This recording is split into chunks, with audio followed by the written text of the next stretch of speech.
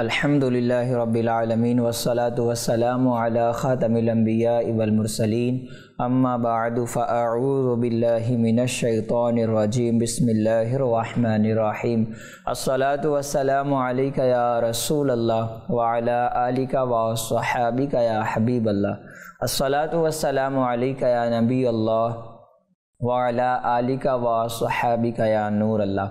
মাদানী চ্যানেলের দর্শকবৃন্দ, উপস্থিত হয়েছে একটি মহত্বপূর্ণ গুরুত্বপূর্ণ অনুষ্ঠান নিয়ে, যার নাম হচ্ছে আম্বিয়ায়ে কেরাম আলাইহিমুস সালাতু ওয়াস সালামের উত্তরাধিকারী। দেশে প্রবাসে যারা যেখান থেকে আমাদের এই অনুষ্ঠান দেখছেন, আপনাদের সবাইকে জানাই আন্তরিক শুভেচ্ছা, স্বাগতম। প্রিয় দর্শক, আমরা প্রত্যেক পর্বে এই উম্মাতের উলামায়ে কামিলিনদের, মুহাদ্দিসিনদের, আইম্মায়ে কেরাম, মুফাসসিরিনে কেরাম, ফাকিহে আজম, বুজুর্গানে দ্বীনদের আমরা আলোচনা করে থাকি। কেন করে থাকি? এদের আলোচনা করার কেন দরকার? এই জন্য দরকার যে তারা আমাদেরকে সঠিক পথের রাস্তা দেখিয়েছেন। আল্লাহ তাবারক ওয়া তাআলার নবী সাল্লাল্লাহু আলাইহি ওয়াসাল্লাম ইরশাদ ফরমান, ইন্নাল উলামা ওয়ারাসাতুল আম্বিয়া, নিশ্চয়ই উলামায়ে কেরাম আম্বিয়ায়ে কেরামের উত্তরাধিকারী। আম্বিয়ায়ে কেরাম ধন সম্পদের উত্তরাধিকারী বানান না। আম্বিয়ায়ে কেরামের উত্তরাধিকারী হচ্ছে ইলম, জ্ঞান, দ্বীন ইসলামের জ্ঞান। তো উম্মতে মুহাম্মাদিয়ার অসংখ্য মুসলমান নেককার উলামায়ে কেরাম ইলমে দ্বীন অর্জন করেন, ইলমে কোরআন অর্জন করেন, ইলমে হাদিস অর্জন করেন, এবং এগুলো জ্ঞান অর্জন করে আমাদেরকে বিভিন্ন দ্বীন ইসলামের আহকাম আমাদেরকে দিয়েছেন।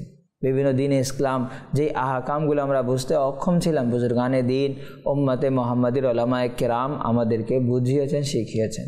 তো প্রিয় দর্শক, এই ইলম এবং উলামার ফজিলত অসংখ্য, যার কোনো বর্ণনা যদি করা হয় তাহলে রাত দিন শেষ হয়ে যাবে, কিন্তু এনাদের শান, এনাদের মান, এনাদের মহত্ব কখনোই শেষ হবে না। আসুন আজকে আমরা ইলম এবং উলামার ফজিলত আমরা শ্রবণ করব, যাতে আমাদের মাঝেও দ্বীন ইসলামের যে ইলম জ্ঞান অর্জন করবার মন মানসিকতা তৈরি হয়, যে এই ইলম কত বড় নিয়ামত আল্লাহ তাবারক ওয়া তাআলার, তা আমরা লাভ করার জন্য আমরা চেষ্টা করব ইনশাআল্লাহ।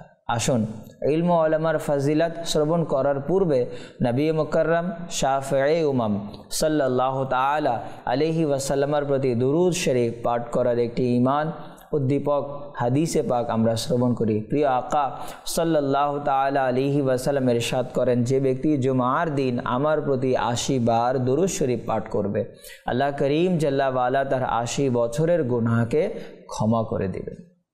সুবহানাল্লাহ। আল্লাহ তাবারক ওয়া তাআলা আমাদেরকে নবী করিম সাল্লাল্লাহু আলাইহি ওয়াসাল্লামের প্রতি অধিক হারে দুরূদ ও সালাম পাঠ করার তৌফিক দান করুক, আমিন।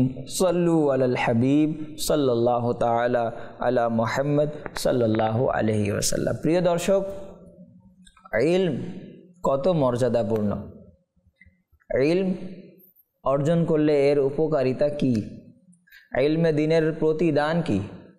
আল্লাহ তাবারক ওয়া তাআলা জাল্লা ওয়ালা সুলাইমান আলা নবিয়িনা ওয়া আলাইহিস সালাতু ওয়াস সালামকে দুটি জিনিস হতে একটি জিনিস নির্বাচন করার আদেশ দিলেন। সেই দুটি জিনিস কি? এক হচ্ছে ইলম, দ্বীন ইসলামের জ্ঞান, আর এক হচ্ছে রাজত্ব, পুরো পৃথিবীতে রাজত্ব। কুরবান যান হযরতে সুলাইমান আলা নবিয়িনা ওয়া আলাইহিস সালাতু ওয়াস সালামের নির্বাচনের প্রতি। সুলাইমান আলাইহিস সালাতু ওয়াস সালাম যেই দুটি বিষয় হতে যেই বিষয়টি নির্বাচন করলেন, তা দুনিয়ার রাজত্ব ছিল না, তা ছিল ইলম, দ্বীনের জ্ঞান। মহান আল্লাহ পাকের একটি সিফত হচ্ছে ইলম। তো সুলাইমান আলাইহিস সালাতু ওয়াস সালাম ইলমকে বেছে নিলেন। আল্লাহ করিম জাল্লা ওয়ালার কাছে তার এই নির্বাচন করাটা এত বেশি পছন্দ হলো। আল্লাহ পাক জাল্লা ওয়ালা ইলমের বরকতে, ইলম তো দান করেছেনই, ইলমের সাথে আল্লাহ তাআলা পুরো পৃথিবীর রাজত্ব সুলাইমান আলাইহিস সালাতু ওয়াস সালামকে দান করে দিলেন। সুবহানাল্লাহ। এই হচ্ছে ইলম। ইলমের ফজিলত কতটুকু, ইলম কত বেশি প্রয়োজন। ইলম হচ্ছে আলো, আর আলো পথকে আমাদের জন্য সহজ করে দিবে। আর নিরক্ষরতা, ইলম ছাড়া ব্যক্তি হচ্ছে জাহেল। আর অন্ধকার মানুষকে হচট খাওয়াই দেয়, অন্ধকারে মানুষ পড়ে যায়। তো ইলম কত জরুরি, ইলমের ফজিলত এত বেশি যে আল্লাহ তাবারক ওয়া তাআলা জাল্লা ওয়ালা পবিত্র কোরআনুল কারীমে ফেরেশতাদেরকে সম্বোধন করে বলেন, ওয়াইয ক্বালা রাব্বুকা লিল মালাইকাতি ইন্নী জাইলুন ফিল আরদি খলিফা। আল্লাহ পাক জাল্লা ওয়ালা ফেরেশতাদের বললেন যে আমি জমিনে একটি খলিফা বানাবো। তখন ফেরেশতারা বললেন যে আপনি খলিফা বানাবেন জমিনে, তারা লড়াই করবে, তারা রক্তে রক্তাক্ত করবে, তারা ঝগড়া করবে, আমরা তো আপনার তাকদ্দুস, আমরা তো আপনার তসবিহ পাঠ করি। তখন আল্লাহ তাবারক ওয়া তাআলা ইরশাদ ফরমান যে ফেরেশতা, আমি যেটি জানি সেটি তোমরা জানো না। আল্লাহ পাক জাল্লা ওয়ালা আদম আলাইহিসসালামকে সৃষ্টি করলেন। আদম আলাইহিসসালামকে সৃষ্টি করার পরে আদম আলাইহিসসালামকে যেই গুণ আল্লাহ পাক জাল্লা ওয়ালা দান করলেন সেটি হচ্ছে কি সকল জিনিসের নাম। ওয়া আল্লামা আদমাল আসমাআ কুল্লাহা। আল্লাহ পাক জাল্লা ওয়ালা আদম আলাইহিসসালামকে সকল জিনিসের নাম শিখিয়ে দিলেন। শিখানোর পর ফেরেশতাদেরকে জিজ্ঞাসা করলেন যে তোমরা বলো এগুলোর নাম যদি পারো। তারা বলে আমরা তো সেটাই পারি যেটি আল্লাহ তাবারক ওয়া তাআলা আপনি শিখিয়েছেন। আল্লাহ তাবারক ওয়া তাআলা জাল্লা ওয়ালা ইরশাদ ফরমান যে আমি তো সব কিছুই জানি, যেটি লুকায়িত যেটি প্রকাশ্য। অর্থাৎ আল্লাহ তাবারক ওয়া তাআলা ফেরেশতাদের কাছে আদম আলাইহিসসালামকে যে গুণ দিয়ে তার মর্যাদা বৃদ্ধি করে দিলেন, ওই গুণের নাম হচ্ছে ইলম, ওই গুণের নাম হচ্ছে জ্ঞান, দ্বীন ইসলামের জ্ঞান। আল্লাহ তাবারক ওয়া তাআলা আদম আলাইহিসসালামকে দান করলেন। এবং কুরবান যান, আল্লাহ পাক যে এক, আল্লাহ পাক সাক্ষী কাদেরকে রেখেছেন।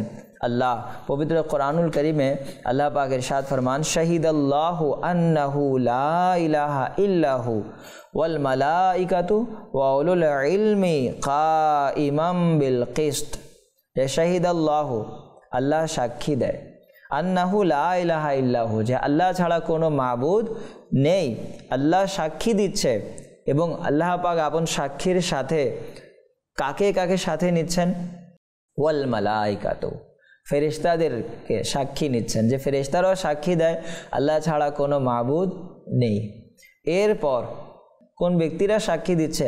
আল্লাহ পাক ইরশাদ ফরমান, ওয়া উলুল ইলমি কাইমাম বিল কিসত, এবং ইলমওয়ালারাও সাক্ষী দেয় যে আল্লাহ ছাড়া কোনো মাবুদ নেই। তো প্রিয় দর্শক, ইলম দেখেন কত গুরুত্বপূর্ণ, যে আল্লাহ তাআলা আপন নামের সাথে আপন সাক্ষীর সাথে উলামায়ে কেরামদের সাক্ষী যুক্ত করেছেন।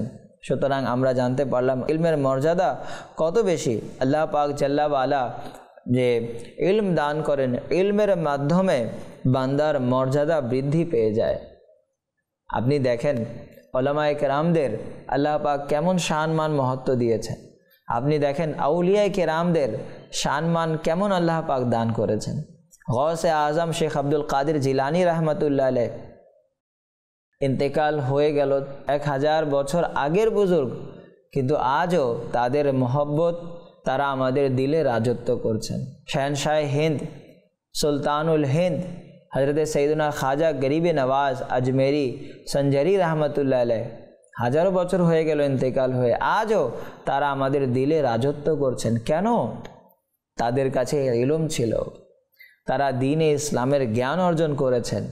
ইলমে দ্বীন বান্দাকে সঠিক পথের পথিক বানিয়ে দেয়।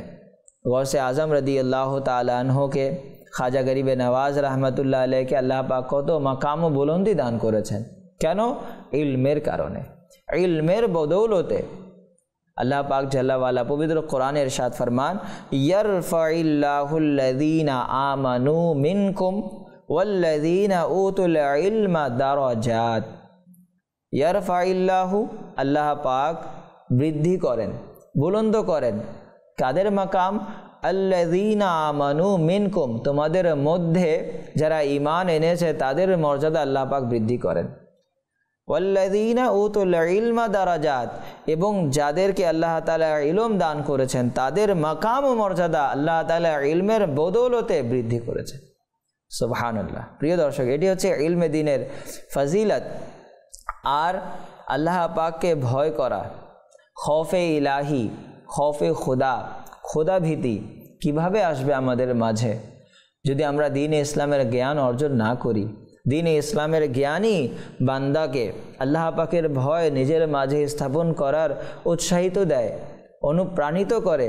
আল্লাহ পাক জাল্লা ওয়ালা পবিত্র কোরআনে মাজিদে ইরশাদ ফরমান, ইন্নামা ইয়াখশাল্লাহা মিন ইবাদিহিল উলামা, নিশ্চয়ই আল্লাহ পাককে ভয় করে তার বান্দাগণের মাঝে যারা ওলামা, যারা আলিম, তারা প্রকৃতপক্ষে আল্লাহ পাকের ভয় লাভ করেছে। কেন? দ্বীন ইসলামের যদি জ্ঞান না থাকে তাহলে আল্লাহ পাকের ভয় কখনই আসা সম্ভব না। সুতরাং আমাদেরকে ইলমে দ্বীন অর্জন করতে হবে। আল্লাহু আকবার। ইলম অর্জন ছাড়া কোনো উপায় নেই। আলিম এবং জাহিল এরা বরাবর নয়। প্রিয় দর্শক, আলিম এর ফজিলত কত বেশি তিরমিজি শরীফের রিওয়ায়েতে রয়েছে, রাসূল আকরাম সাল্লাল্লাহু তাআলা আলাইহি ওয়াসাল্লামের সামনে দুজন ব্যক্তির আলোচনা করা হলো, একজন আবিদের, একজন আলিমের। তখন নবী করিম সাল্লাল্লাহু তাআলা আলাইহি ওয়াসাল্লাম ইরশাদ করলেন, ফদলুল আলিমি আলাল আবিদ কা ফদলি আলা আদনাকুম। নবীজি বলেন, ফদলুল আলিমি আলাল আবিদ, আলিমের ফজিলত আবিদের উপর এমন, কা ফদলি আলা আদনাকুম, যেমনটি আমার ফজিলত তোমাদের মাঝে যে সবচেয়ে নিচু স্তরের। সুবহানাল্লাহ, আল্লাহু আকবার। হাদিসে পাকে বর্ণিত, যারা দ্বীন ইসলামের আহকাম শিখার জন্য ঘর থেকে বের হয়, আল্লাহ পাক জাল্লা ওয়ালা তার জন্য জান্নাতের রাস্তা সহজ করে দেন। জান্নাতের রাস্তা তা সহজ না, জাহান্নামের রাস্তা সহজ, স্বাদ আছে, মজা আছে, কষ্ট নেই, কিন্তু যাওয়ার পরে কষ্ট। জান্নাতের রাস্তা সহজ না, কঠিন। হুকুম আহকাম পালন করতে হবে, যেটি নির্দেশ দেওয়া হয়েছে তা করতে হবে, যা নিষেধাজ্ঞা করা হয়েছে, নিষেধ করা হয়েছে তাও মান্য করতে হবে। যদি আমরা মান্য না করি তাহলে আমরা আযাবে গ্রেফতার হব। তো জান্নাতের রাস্তা সহজ না, কাঁটাযুক্ত, পেরেশানির রাস্তা। কিন্তু এই কাঁটাযুক্ত রাস্তা যখন আমরা পার করব, পার করার পর যে চিরস্থায়ী আরামদায়ক জায়গা জান্নাত, সেটি আমরা ভোগ করতে পারব। প্রিয় দর্শক, জান্নাতের রাস্তা সহজ না। কার জন্য সহজ জানেন?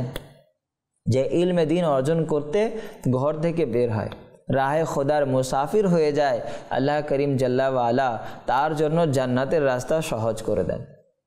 আজকে আমরা রাহে খোদার মুসাফির হই না, আল্লাহ পাকের রাস্তায় বের হই না, বিধায় বিভিন্ন পেরেশানিতে আমরা জর্জরিত, দুনিয়ার পেরেশানিতে আমরা জর্জরিত।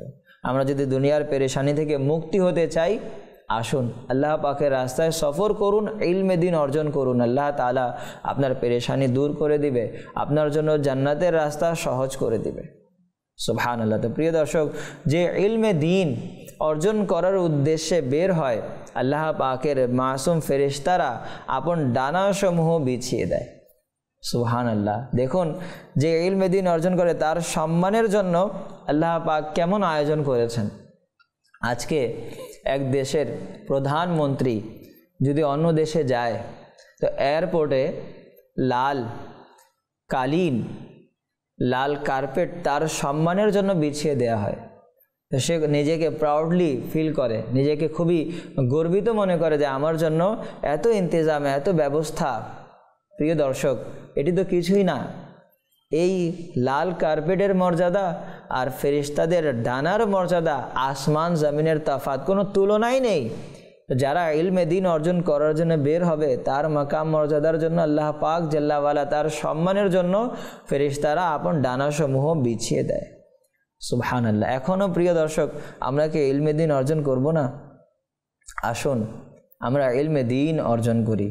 ইলমে দ্বীন অর্জন করলে আমাদের দুনিয়াও সফল কাম হবে, আমাদের আখিরাতও সফল কাম হয়ে যাবে। হিয়াউল উলুমে বর্ণিত যে খোদা তাবারক ওয়া তাআলা কিয়ামতের দিন আবিদদেরকে এবং মুজাহিদদেরকে হুকুম দিবেন।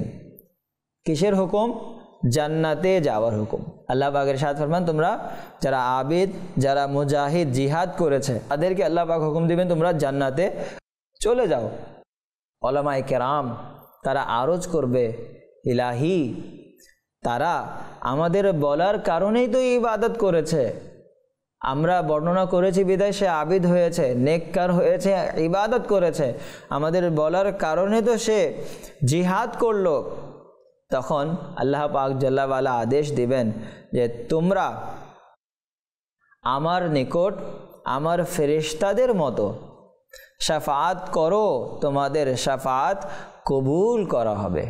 সুবহানাল্লাহ। এই আলিম ওলামা জান্নাতে তো যাবেই, কিন্তু ওলামায়ে কেরামকে আল্লাহ তাবারক ওয়া তাআলা এই মর্যাদা দান করেছেন যে ওলামায়ে কেরাম যাওয়ার আগে তাদেরকে থামিয়ে দেয়া হবে, তাদেরকে বলা হবে তোমরা আমার কাছে ফেরেশতার মতো যাদের ইচ্ছা তাদের শাফাআত করো। তখন আল্লাহ তাবারক ওয়া তাআলার আদেশে এই ওলামায়ে কেরাম তারা সুপারিশ করবে, অসংখ্য গুনাহগারকে জান্নাতে নিয়ে যাবে। সুবহানাল্লাহ। প্রিয় দর্শক, হাদিস শরীফে এসেছে যে যে ব্যক্তি ইলমে দ্বীন অর্জন করার জন্য বের হলো এবং তার ইন্তেকাল হয়ে গেল, তো সে খোদা তাবারক ওয়া তাআলার সাথে এমন অবস্থায় সাক্ষাৎ করবে যে তার মাঝে, ওই ইলমে দ্বীন অর্জন করা ব্যক্তির মাঝে এবং আম্বিয়ায়ে কেরাম নবীদের মাঝে শুধুমাত্র নবুয়তের মর্যাদার পার্থক্য হবে। সুবহানাল্লাহ। অর্থাৎ তাকে নবীদের মতো মর্যাদা দান করা হবে শুধু নবুয়ত ছাড়া। এই হচ্ছে ইলমে দ্বীন অর্জনকারীর ফজিলত। আল্লাহু আকবার। হাদিস শরীফে এসেছে যে ব্যক্তি ইলমে দ্বীনের একটি অধ্যায় এজন্য শিখবে যে অপর মুসলমান ভাইকে শিখাবে, এজন্য শিখবে, নিজে আমল করবে, অপর মুসলমান ভাইকে শিখাবে, মহান আল্লাহ করিম জাল্লা ওয়ালা তাকে 70 সিদ্দিকিনদের সওয়াব দান করবেন। সুবহানাল্লাহ। আল্লাহু আকবার। এখনো কি আমরা ইলমে দ্বীন অর্জন করব না? এখনো কি আমরা দ্বীন ইসলামের হুকুম আহকাম শিখব না? আলিমের জিয়ারত ইবাদত। হজরতে সঈদনা ইমাম গজালি রহমতুল্লাহ আলাইহি তিনি রিওয়ায়াত করেন যে আলিমকে এক নজর দেখা 1 বছর নামাজ ও রোজা পালন করার চেয়ে উত্তম। সুবহানাল্লাহ। আল্লাহু আকবার। আল্লাহ তাবারক ওয়া তাআলা আমাদেরকেও আলিম ওলামাদের সম্মান করার তৌফিক দান করুক। প্রিয় দর্শক, আসুন আমরাও নিয়ত করি, আমরাও দ্বীন ইসলামের জ্ঞান অর্জন করার জন্য বের হই, মাদানী কাফলায় সফর করি। ওলামায়ে কেরাম উম্মতে মুহাম্মাদির অসংখ্য নেককার বান্দাগণ আল্লাহ পাকের রাস্তায় সফর করেছেন। আজকে দেখুন, আমরা শাহ আলী বাগদাদি রহমতুল্লাহের নাম শুনেছি, দিলে মোহব্বত আমাদের আছে। শাহ আমানত রহমতুল্লাহের নাম আমরা শুনেছি, তাদের রাজত্ব আমাদের দিলে আছে। ইমামে আজম রহমতুল্লাহের নাম, গৌসে আজম রহমতুল্লাহের নাম, শেখ আব্দুল কাদের জিলানি, খাজা গরিবে নওয়াজের নাম আমরা শুনেছি। তাদের মোহব্বত, তাদের ভালোবাসা আমাদের অন্তরে আছে। কেন? তারা দ্বীন ইসলামের জ্ঞান অর্জন করেছেন এবং এই জ্ঞান অর্জন করার জন্য বের হয়েছেন। আপনি স্টাডি করেন। শাহ আমানত রহমতুল্লাহ তিনি কি বাংলাদেশি ছিলেন? তিনি বাংলাদেশি নয়, তিনি বাহির থেকে এসেছেন। কেন? উদ্দেশ্য কী ছিল? টাকা উপার্জন করবে, ফ্যাক্টরি বানাবে, দুনিয়া উপার্জন করবে না, শুধুমাত্র দ্বীন ইসলামের প্রচার প্রসার করার জন্য তিনি তার ঘর ছেড়ে, তার বাড়ি ছেড়ে তিনি বাংলাদেশে এসেছেন। যার মাধ্যমে আজ আমরা মুসলমান হয়েছি, যাদের দ্বীন ইসলামের প্রচারের বরকতে আমাদের পূর্বপুরুষরা ইসলামের ছায়ায়, ইসলামের আলোয় আলোকিত হয়েছেন। আজ আমরা ঘরে বসে মুসলমান হয়েছি, আলহামদুলিল্লাহ। তো এটি ইনাদের কোরবানি। আপনি আসেন, শেখ আব্দুল কাদের জিলানি রহমতুল্লাহ আলাইহি, জিলান শরীফের জন্ম, বাগদাদ শরীফে মাজার। খাজা গরিবে নওয়াজ রহমতুল্লাহ আলাইহি তিনি কি ভারতী? তিনি কি হিন্দুস্তানের? না, তার বাড়ি ছিল সাজিস্তান। সাজিস্তানে তার জন্ম হয়েছিল, বাহিরের রাষ্ট্রে তার জন্ম হয়েছিল। হিন্দুস্তানে কেন আসলেন? টাকা উপার্জন করার জন্য, দ্বীন ইসলামের আহকাম প্রচার করার জন্য আল্লাহ পাকের রাস্তায় মুসাফির হলেন। আল্লাহ পাককে রাজি করেছেন, আল্লাহ পাককে খুশি করেছেন। আল্লাহ পাক তাদের মোহব্বত, তাদের ভালোবাসা খালকে খোদা, মখলুকাতের দিলে আল্লাহ তাআলা তাদের ভালোবাসা দান করে দিলেন। আজ আমরা যখন নাম নেই খাজা গরিব নওয়াজ, মুখে চলে আসে রাহমাতুল্লাহি তাআলা আলাইহি। যখন আমরা নাম নেই শেখ আব্দুল কাদের জিলানি, মুখে চলে আসে রাদিয়াল্লাহু তাআলা আনহু। যখন আমরা নাম নেই শাহ আমানত, মুখে চলে আসে রাহমাতুল্লাহি তাআলা আলাইহি। যখন আমরা বলি শাহ জালাল, শাহ পরান, মুখে চলে আসে রাহমাতুল্লাহি তাআলা আলাইহিমা। কেন চলে আসে? আল্লাহ পাক তাদের ভালোবাসা আমাদের দিলে পয়দা করেছেন। কেন? তারা আল্লাহ পাককে রাজি খুশি করবার জন্য, দিন ইসলামের হুকুম আহকাম শেখার জন্য, শেখানোর জন্য রাহে খোদার মুসাফির হয়েছেন। আসুন, দাওয়াতে ইসলামী আপনাদের সামনে বিদ্যমান। দাওয়াতে ইসলামের প্রত্যেক মাসে 3 দিন মাদনী কাফলা, 12 দিন মাদনী কাফলা, 1 মাসের মাদনী কাফলা সফর করছে। আপনি আপনার সময় মোতাবেক দাওয়াতে ইসলামের মাদনী কাফলায় সফর করুন। ইনশাআল্লাহ নামাজ শুদ্ধ হবে, অজু শুদ্ধ হবে, তিলাওয়াত শুদ্ধ হবে, অনেকে আবিদ হবে। আবিদের পাশাপাশি আল্লাহ পাক দয়া করলে আলিমে দ্বীনও হয়ে যাবে। আল্লাহ তাবারক ওয়া তাআলা আমাদেরকে ইলম ও উলামার সম্মান মর্যাদা বুঝার এবং ইলমে দ্বীন অর্জন করার জন্য রাহে খোদার মুসাফির হওয়ার তৌফিক দান করুক। আমিন। বেজাহে খাতামিন নবিয়্যিন সাল্লাল্লাহু তাআলা আলাইহি ওয়াসাল্লাম। মাদনী চ্যানেল দেখতে থাকুন। সাল্লু আলাল হাবিব সাল্লাল্লাহু তাআলা আলা মুহাম্মদ সাল্লাল্লাহু আলাইহি ওয়াসাল্লাম।